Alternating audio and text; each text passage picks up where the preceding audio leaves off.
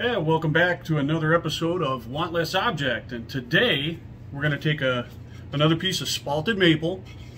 This is twice turned already. It's nice and dry. It's down around 5%, so it's definitely ready to be turned. It's not heavily spalted, but there is some spalting in there, and you can see where there's some really cool looking grain patterns in it.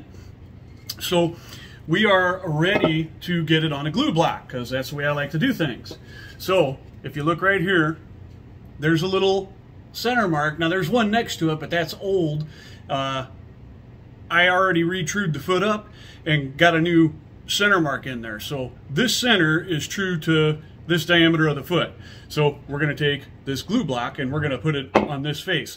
But I'm going to show you guys something. Show you guys one thing real quick. Now I showed this in one of those quick videos for YouTube, but I got a little more time now. So this is a spur drive, that 4-prong spur drive that comes with the machine. And the point of that spur drive fits into that hole. Well, if you wanted to put this on a faceplate or a roughed out blank, you know, that you just took off your bandsaw onto a faceplate, well, I like to get that faceplate right back to the true where I started from. So this was something that I figured out a little while ago. This is a faceplate that I made for my lathe. Now, just so you guys know, this is the stock faceplate that comes with the lathe. Okay?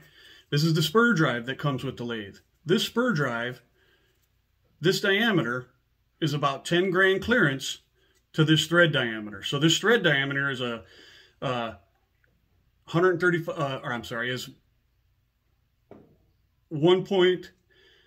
inch and a quarter threads, but it's 10 grain clearance to this spur drive. So this spur drive fits right into that bore, and it's actually a really nice fit. Like I said, it's only about 10 grain clearance, and it sticks out the back of that hole, and it's really close. Now you can take your spur drive. Whoops. You can take your spur drive, put it into that hole that's there. I don't know if you guys can see that very good, but you can put it into that hole that's there. And your faceplate lines up right on center from where you originally started. So if you guys like to do faceplate work, which I do a lot of faceplate work, but it has to do with my glue blocks. But instead of having to go out and, you know, buy something to stick in here to line yourself up, or make something to stick in there to line yourself up, I made something for the small lathe. This is a stock item. Now, I don't know if it works with every lathe that's out there. I can't answer that question. I just know that it works with the Laguna 1836. So once again, it slips right through the bore. It's a nice tight fit.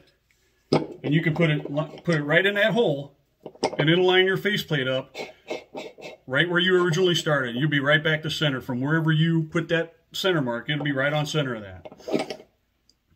Now, these are faceplates that I made, and they are made the exact same way. Same amount of clearance. Works the same way. Voila.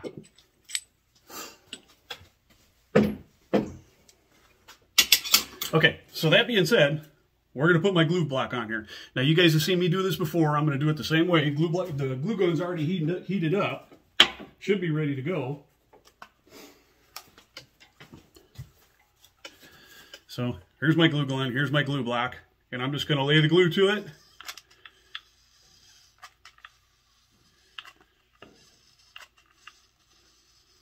I'll put enough on there so it'll stick, but not so much that it's just a ridiculous amount. And then I'll figure out how to put this glue gun down. Now I'll take my awl, my homemade awl, it's a screwdriver, Phillips screwdriver that I broke the tip off of. Now I'm going to put that into my hole, turn it upside down, and I'm going to put it right on there. I'm going to give it a couple twists so I make sure that glue gets down into those grooves that I cut. Those grooves are in there for adhesion.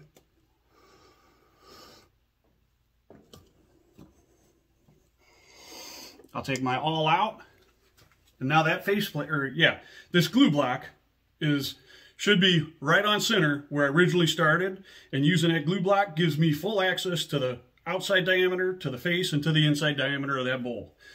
That's the way I prefer to do it, and so that's how I do it. Get rid of this because I don't need it no more.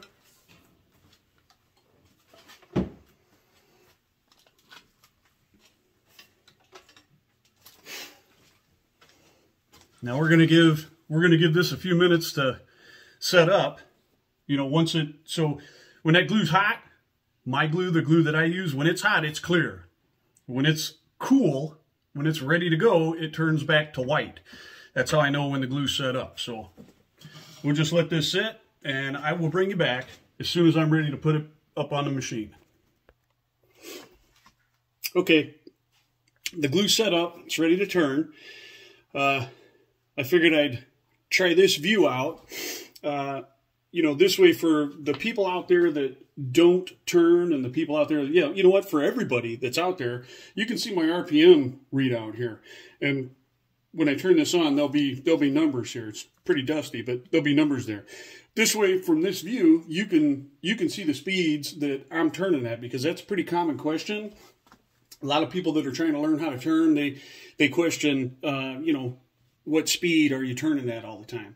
So, and not just to me, that's to, you know, I watch a lot of videos. I follow a lot of other turners on YouTube, people that are way better than me, people that know way more than me. And, you know, that's a pretty common question for their comment sections also, because I read a lot of the comments, you know, just see if people are wondering the same things I'm wondering. So this way you guys can see my readout. You can see my controls, and you can see me doing the turning work. So I turn this on. So you can see that we're running at 621 RPMs. And I think I can get it up around 800 with no vibration. So my objective here is just to clean up this OD. I want to leave this OD as big as I can, and I want to stay with the basic shape that I have of it, because when I roughed this bowl out, I really liked the shape that I used. So that's what I'm going to do. I'm going to use a 5/8 bowl gouge. I've got my 5/8 spacer underneath my tool rest. That way, when I break this loose and I have to move it around, I'm not searching for my height all over the place. I got a spacer in there, so I can just turn it, and you know what? I can unlock my tool rest. I can turn this wherever I want it, and it doesn't raise or lower. It's going to stay, it's only going to go down to my spacer. So you know what? I'll take it off there and show you. I've got spacers that I turned, and I've got a spacer for each diameter tool that I use. This one so happens to be for my 5/8 bowl gouge. So, and I just slip it on the neck. Set my tool rest down in there, and all I got to do is turn it and lock it in where I want it. I'm not constantly jumbling around trying to get my height right. So we are ready to go.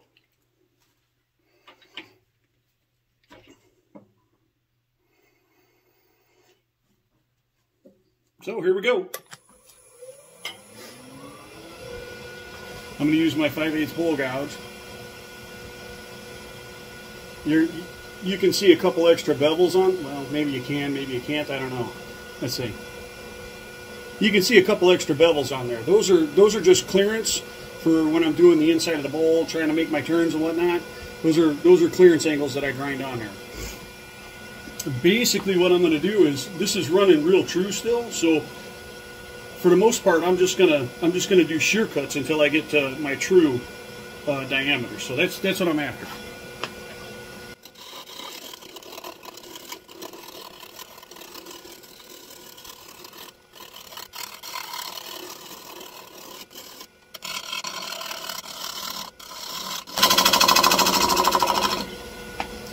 And I know I'm turning against the grain. I'm going this direction because I got the camera right there, and I need to stand where the camera actually is to do it the right way. So, but this will be all right. I'll go ahead and go against the grain and get it chewed up, get most of that lump out, and then I'll shear cut it to true and get it cleaned up from the other side.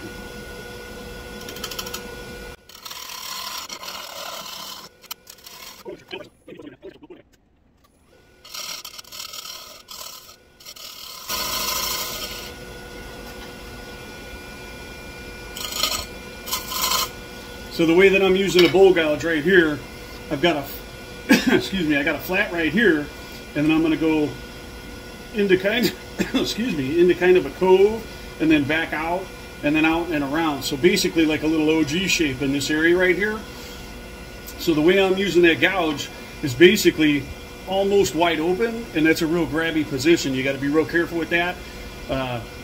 You know, you got to hold the tool down to the tool rest and keep a firm hold. You don't want a death grip on it, but you want to keep a firm hold on it. But you want to make sure you're rubbing the bevel. See, this bevel goes all the way around the tool, and no matter where you put that tool on the bowl, you want this bevel to, you know, be rubbing it for support.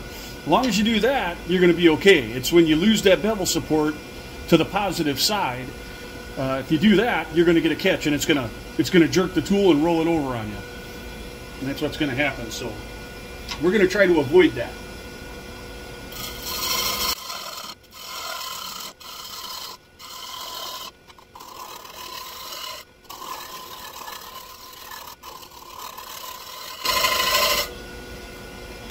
So you can hear that up towards this part of the bowl I'm pretty much cleaned up, but down here I'm still cutting air.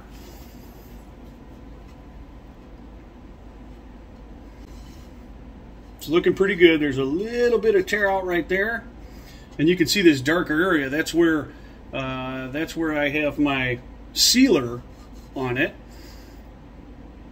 So you can see where it hasn't cleaned up yet. So I got to go a little bit more to get that OD cleaned up, but we're getting there. I got some tool marks right here. We'll get all that out.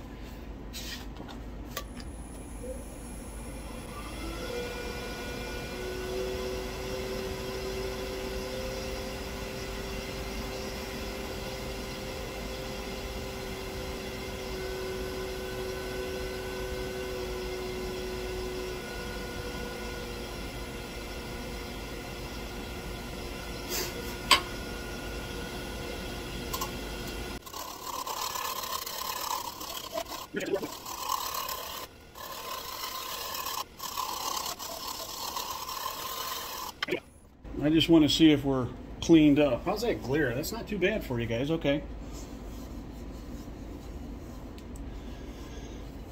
I got quite a few tool lines in there, but I'll get those cleared out. There's a little spot right there I got to try to work on a little bit.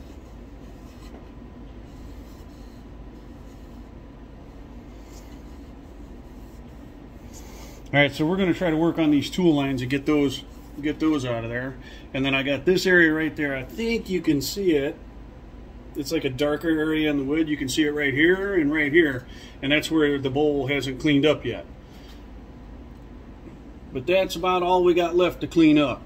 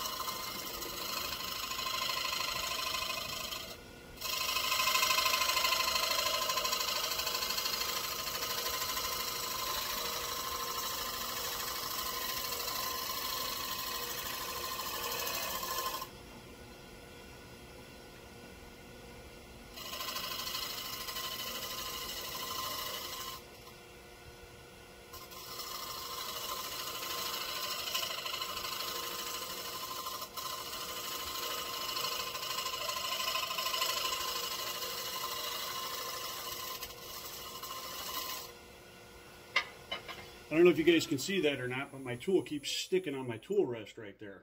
So I'm going to fix that real quick. Probably got some, you know, it gets finish on it, and it gets CA glue on it, and all kinds of other stuff. And when that happens, you're trying to slide your tool across it, and the tool will grab on it and stick in that spot. So every now and again, you got to clean that stuff off of there. And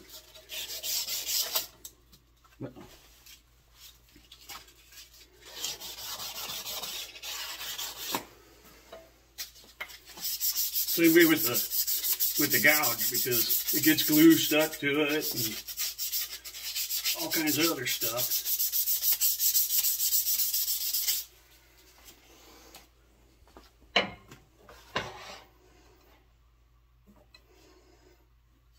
All right, that should be better.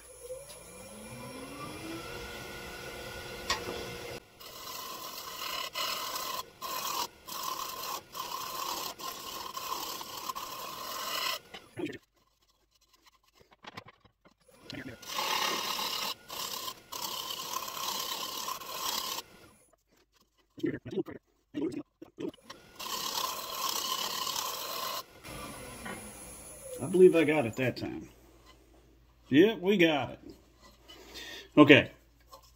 I'll have to fill this crack. That's not a big deal. Yeah, that OD is ready for sanding. So we are now ready to transition to the front. So I'm going to move you. I'm going to go ahead and pause this so I move you, guys don't get all jigglied. Okay, we're ready to do some work on the OD. Let me get this light down here where I can see what I'm doing, but try to get it to where it's not such a bad glare for you guys.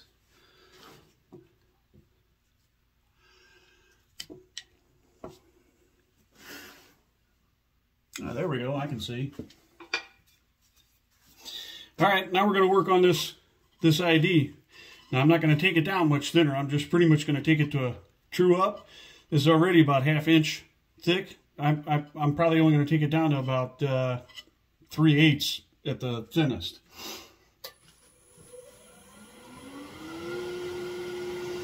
As you can see, it's running pretty true. It didn't distort all that bad.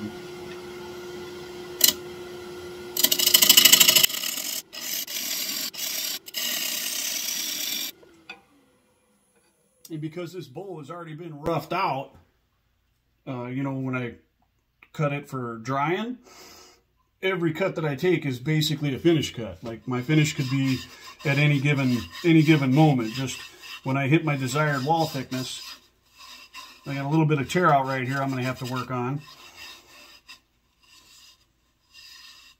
But it's cleaned up all the way around, and I'm liking that thickness. So let's continue on.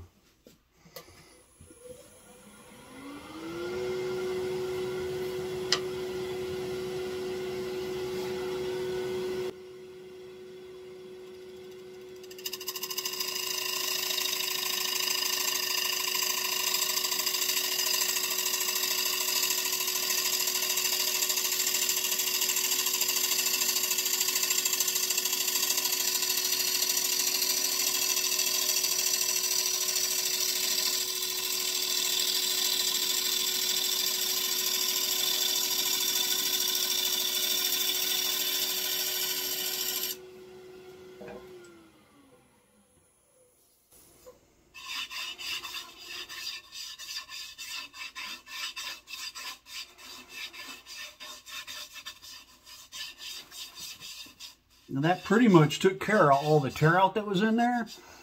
There still is just a little bit right in here, but I'm going to end up having to sand that out. I may be able to get it out with my carbide, with my round carbide tool. That may make it worse.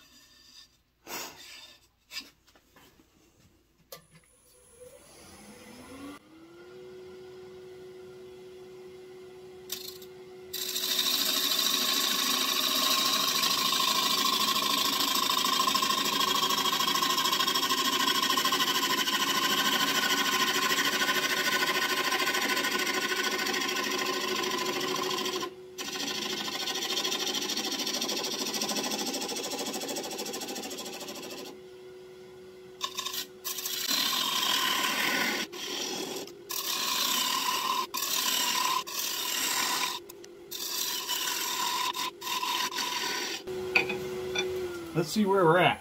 Hopefully I didn't go too deep. Oh no, I'm good. I'm real good.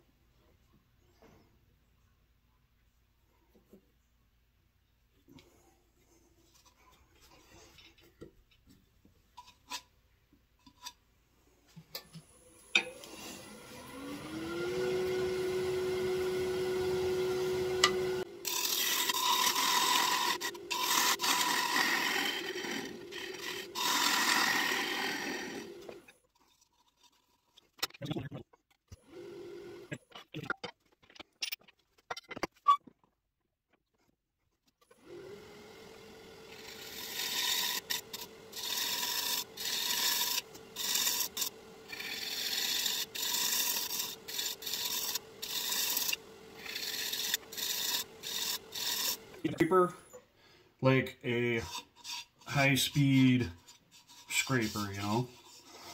That took care of all them tool lines.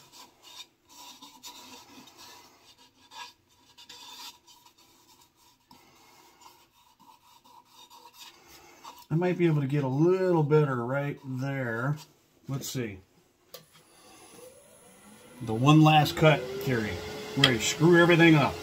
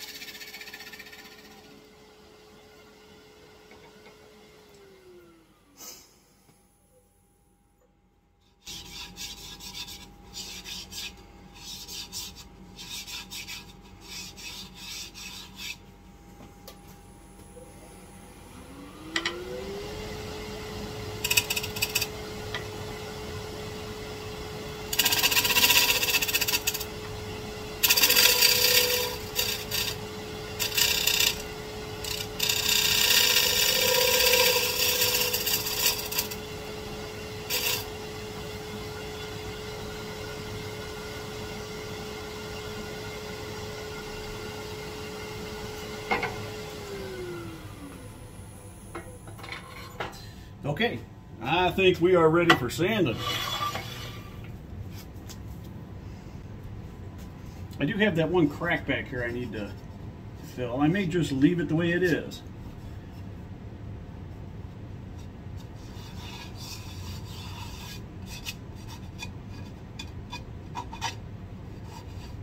Actually, I need to try to clean this face up real quick. There's actually some tear out on that face. Let's see if I can fix that with a high-speed gouge.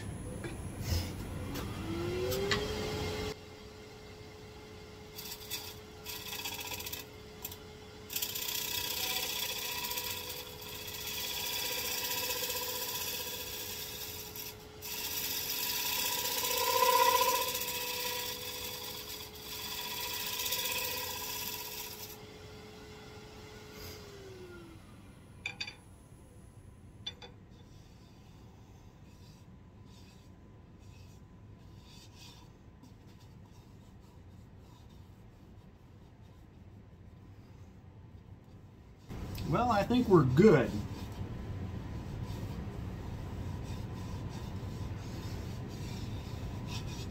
Yep, time for sanding. Hey everybody, welcome back.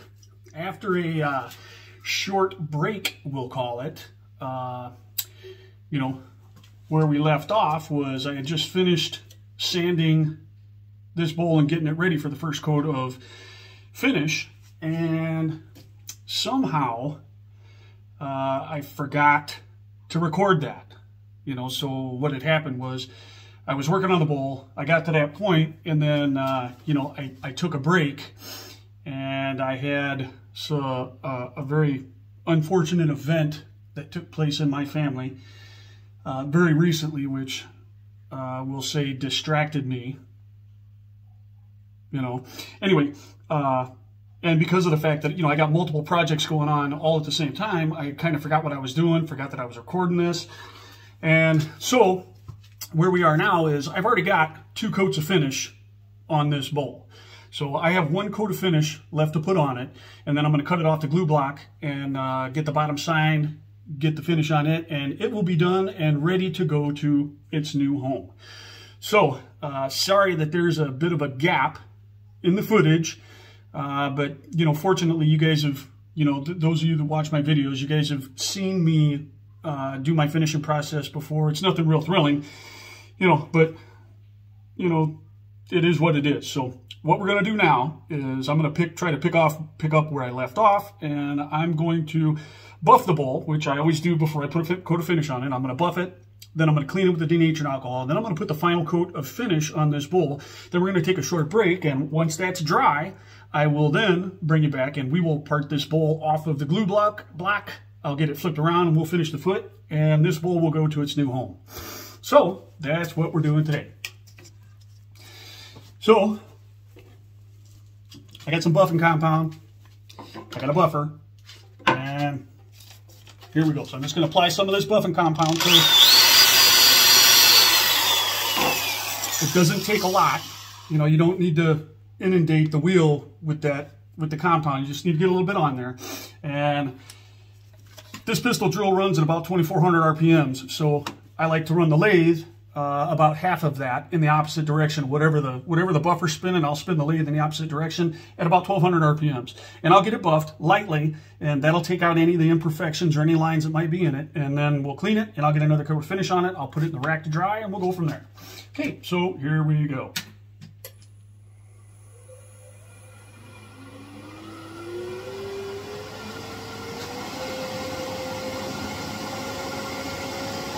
There's about 1,200 RPMs.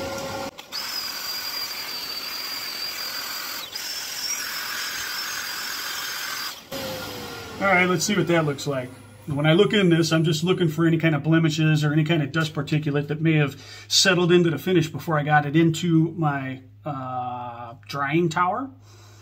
So as long as there's none of that, there's a little spot right there. I need to buff that just a little bit more. Now, obviously, you know, you're never going to get 100% perfection, but the idea is to get the bowl done to the point of the imperfection that may or may not be there. You don't want that to catch the eye. As long as that doesn't catch the eye, then technically, I guess in a manner of speaking, it's not there. So the OD looks really good. I need to hit the idea of it just a little bit more right in that spot right there.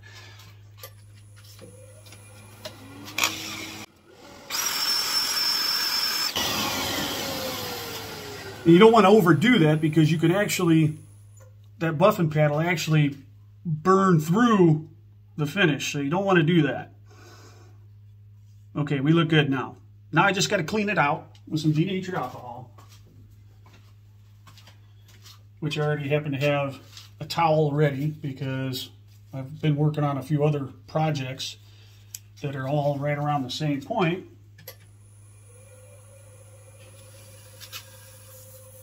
Just going to quickly and lightly wipe this out. You don't want to leave any of that residue behind. It'll leave your finish kind of cloudy. And you can see how it gets on the towel just a little bit.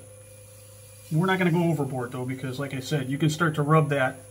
It's denatured alcohol, so you can start to rub the finish off of there. We don't want to do that. So I'm going to do this in real time also, by the way. I'm not going to do any kind of cuts or edits right here, just so you guys can see. I don't know if I've done that before yet or not. I don't remember. So just so you guys can see what I'm doing, how fast I'm doing it, and you know how much of it I do. Now, less is more with this type of finish as far as I'm concerned. This is the, by the way, this is the Waterlux Medium Sheen VOC. I'm sorry, Waterlux VOC Medium Sheen. And once I get that on and get this dry, this bowl will be done. So I'm already ready to go here. I'm going to turn this rag over the other way though. Rag, towel, whatever you want to call it. And this is, you know, usually this right here is going to be like the only time you guys will ever see me use a rag while the lathe is under power. I'll get this going about, I don't know, somewhere between 60 and 80 RPMs.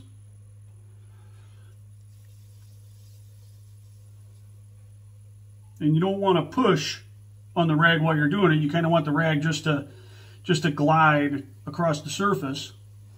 You go nice and slow.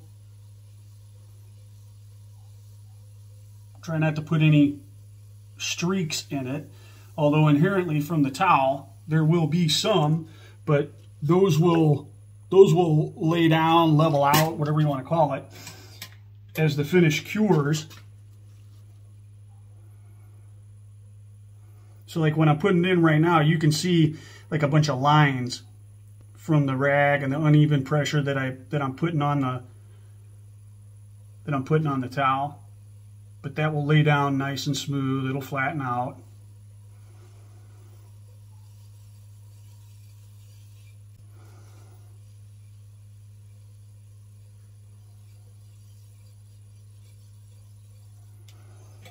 Okay, that should be it. Make sure I don't have any runs. Like I said, with this stuff, less is more, so you don't want to overdo it. You don't want to get it too heavy. You can end up getting a sag or a run. We don't want to do that. So, okay, that's where we are. And once this is all dry, I will bring you back for the final, and I'll try to get the camera set up to where I can part this off, where you guys can actually see me do that. I'll try to figure out some way to get the camera in there. But I'll see you back when I get to that point. Okay, folks. The finish is cured, and we are ready to part it off of the glue block. So that's the mission today. I'm trying to get I think I got a decent angle where you guys will be able to see me part it off of here. Now you won't be able to see I don't think you'll be able to see the tool going in here, but you know, back here you'll be able to see the groove forming and be able to see me separating it from the glue block. So that's what we're going to do today. We're going to get it off this glue block, get the foot finished, get it signed, and this bowl's done. So here we go.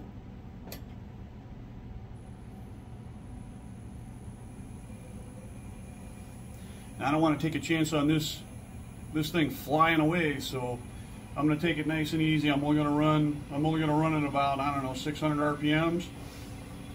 I'll take it down so far, and then I'll slow it down, and then there should be a little nub of glue left in the center holding it on there, and then I'll be able to just twist that off. You'll see what I mean.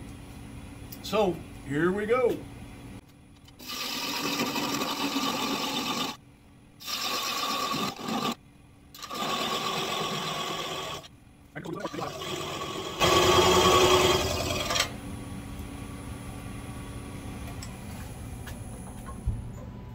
All right, let me see what we got going on here. Yep, the glue's nice and warmed up. So I'm just gonna twist it a little bit, and then I'll twist the glue right off. And there we go. You can see hopefully you can see right there. That's all it was holding on there, was that little nub of glue.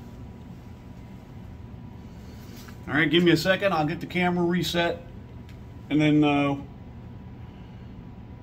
we'll cut the foot into it. Okay, so the bowl's separated from the glue block.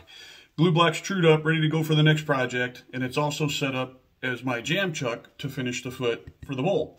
So, still have the center mark, the original center mark. So, hopefully that's true to the diameter, and that's what we're going to use. So, I'm going to use this foam pad, place it inside of there, grab my tailstock, move it up into position, give myself about 3 inches, because that way it gives you a little room to work with.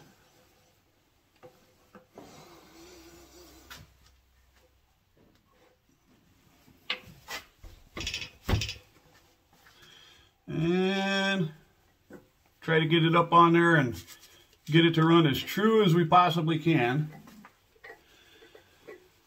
Well, let's see how that looks. Make sure you guys can see that.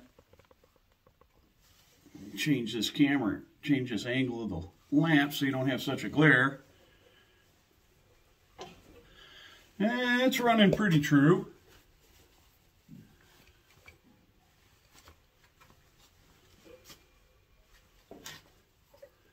All right, we're going to go with that.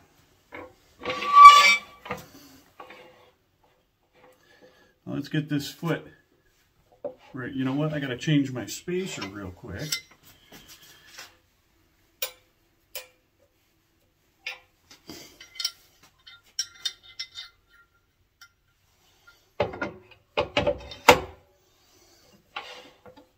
I think that's the one I want. Let me check that real quick.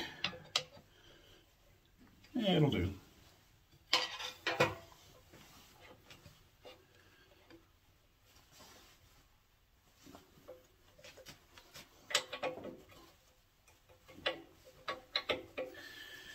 Okay.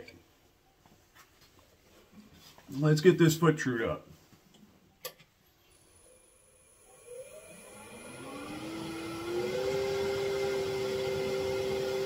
Once again, no need to run, no need to spin it like a, you know, super fast. We're just going to finish the foot on this thing. So here we go. Let's get this glue cut off of here. Now this will clog up the gouge a few times before I get it all cut off of there.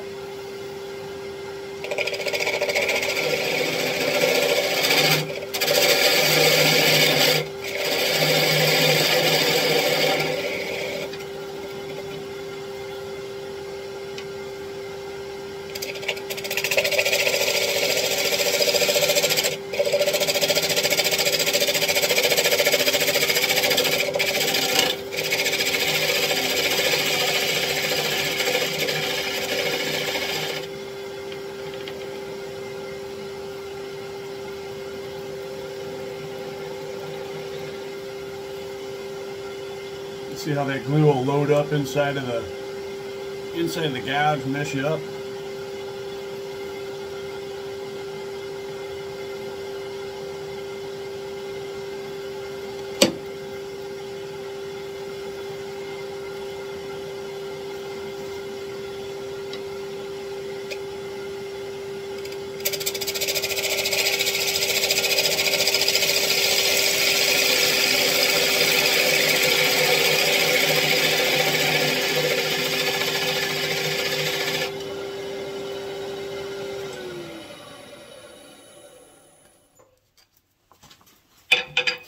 Alright, I gotta clean the glue up off of this thing so I can see what I'm doing.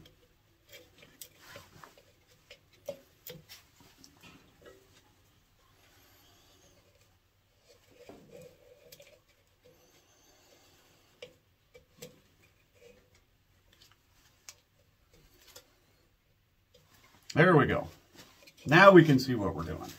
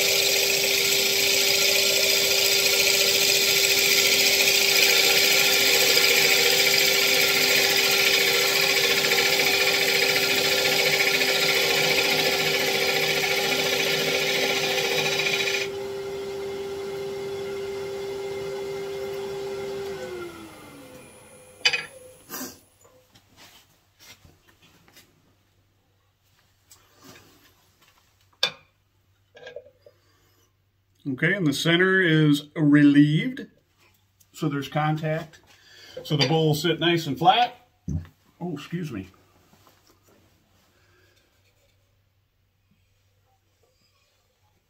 I kind of like the way that looks. So I'm going to put a couple lines in here and then I'm going to burn them.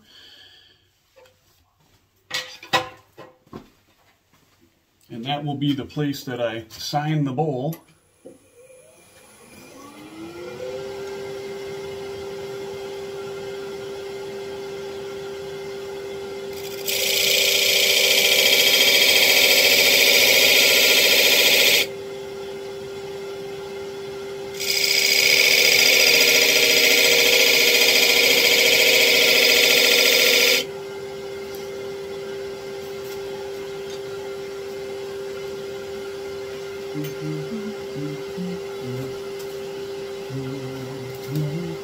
Yep.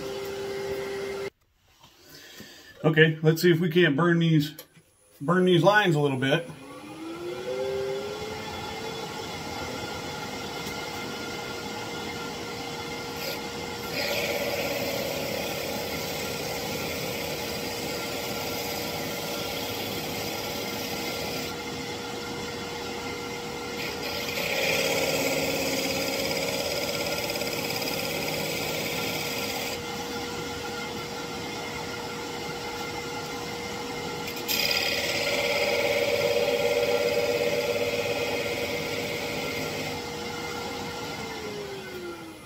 Okay.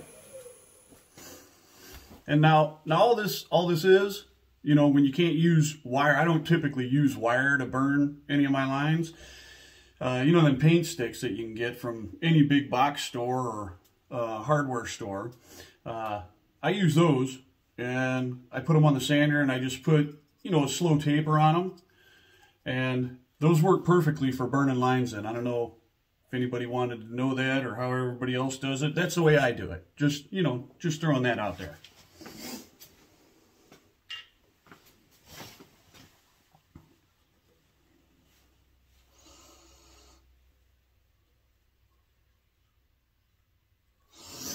Okay, I'm going to sand this on the lathe while it's spinning on the lathe, and then once I get it to a point where I'm happy with it, I'll take it off of the lathe, and we'll grind this nub off of here, and I'll get it signed, and we'll get it finished. Let's see here.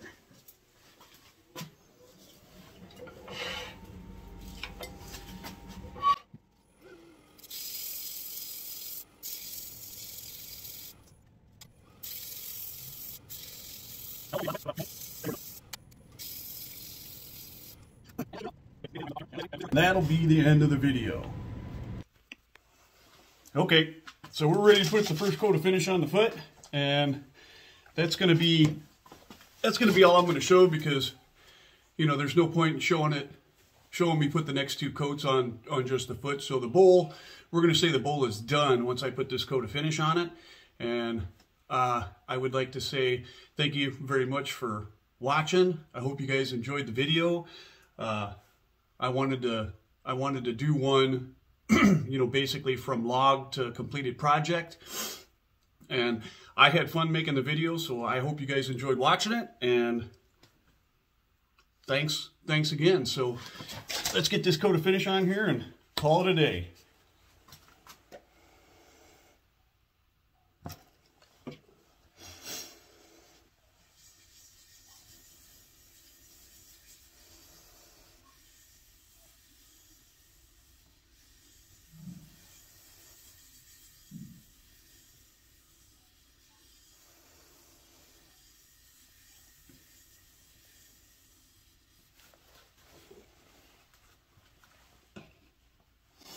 All right, so I'm going to reposition the camera. I'll give you guys one last look at the bowl, and that'll be it. Okay, so this is the completed project. Some nice grain inside of it. Quite a bit of chatoyance floating around in there. A little bit of spalting. This is the outside. I really like this area of the bowl right here. I like the way the colors came out. I like the way the grain came out. Now, these streaks right here, that's not CA glue or nothing like that staining. You know, I didn't use any kind of CA glue on this bowl at all. That's natural pigments in the wood. So